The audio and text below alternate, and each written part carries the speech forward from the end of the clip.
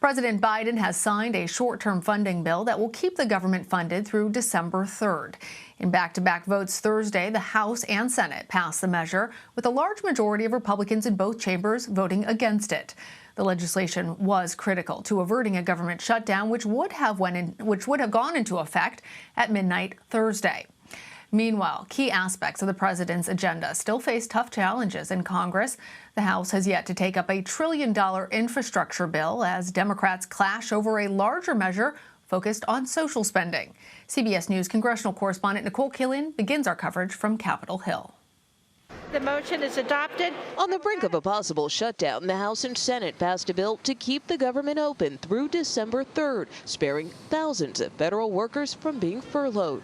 The last thing the American people need is for the government to grind to a halt. Instead, intransigence over infrastructure threatened to stall President Biden's agenda. The way the president sees it is that this is an ongoing discussion, an ongoing negotiation. Hour by hour. House Democrats spent the better part of the day trying to round up votes to make good on a $1.2 trillion bipartisan bill to pay for shovel-ready projects to repair roads, rails, and bridges. I plan on moving forward in a positive way, and everybody has to think that this is the path we're on. Progressives maintain their opposition to the measure until a larger social spending package that encompasses everything from climate to child care can get done in both chambers. We are ready to do whatever we can to deliver the entirety of the president's agenda. But they want to keep the price tag at $3.5 trillion. Butting heads with moderate senators like Arizona's Kyrsten Sinema and West Virginia's Joe Manchin, who says he won't go above 1.5. A number he says he's floated to the president and Democratic leaders. What do you say to people who feel you and Senator Sinema are holding this whole thing up? I'm not holding it. We only have 50 votes. Basically, take whatever we aren't able to come to agreement with today and take that on the campaign trail next year. If the senator thinks electing more Democrats is how you get it done, then that is something he should state to the president, because this is the president's agenda. And Nikole joins me now for more. Nikole, this measure only keeps the government funded through December 3rd. So what does Congress need to work on between now and then? Well, basically, this just gives him a little more time to work on some of those annual appropriations bills or spending bills, if you will, which would fund the government for a longer period of time. So that's why these are usually called like stopgap or temporary measures, which is what it is. But obviously, it provides a lot of relief for the 800,000 or so federal workers who are out there who really have been on pins and needles over these past couple of days as lawmakers have gone back and forth over funding the government. You know, funding the government really wasn't the controversial part of this. It was the fact that one of the bills that came a couple of days earlier had some language in it around the debt limit, which Republicans opposed. But anyway, all the ping-ponging back and forth certainly had a lot of federal workers, federal agencies, making contingency plans just in case. But of course, at the 11th hour, we saw that both the Senate and the House pass this measure pretty resoundingly and in quick order. And as you say, it's a stopgap measure. It always reminds me of maybe Congress as college students that just haven't gotten their stuff together yet in terms of turning in their term paper, so they're asking for an extension. But Nikole, I'm wondering what other funding is actually in this short-term spending bill? So again, this is just general funding to keep the government open, so it funds a host of agencies. But really the figures that a lot of folks are figuring or paying attention to are some of the supplemental funding figures that came with this government spending package. For instance, it includes about $28 billion for disaster relief from storms like Hurricane Ida, from wildfire damage, which we've seen over the past couple of weeks and months, and other natural disasters as well. It also includes about $6.3 billion in aid for Afghan evacuees to help them resettle. As you know, many have come to this country. Some of them remain overseas, but still it is a large process nonetheless to try to resettle many of these Afghans. So those were additional pieces of funding that were requested by the Biden administration and tucked into this package. So I want to be really clear for our viewers that this stopgap measure does not include the provision to raise the country's debt limit. Nikole, you and I have talked about how unusual this really is. And while the House has passed a standalone bill, passed it on Wednesday, to suspend the debt limit, it's almost certain to fail in the Senate. So what is the latest in terms of how lawmakers are addressing this issue? And can you remind us all again what the deadline is before we're actually looking at a potential default?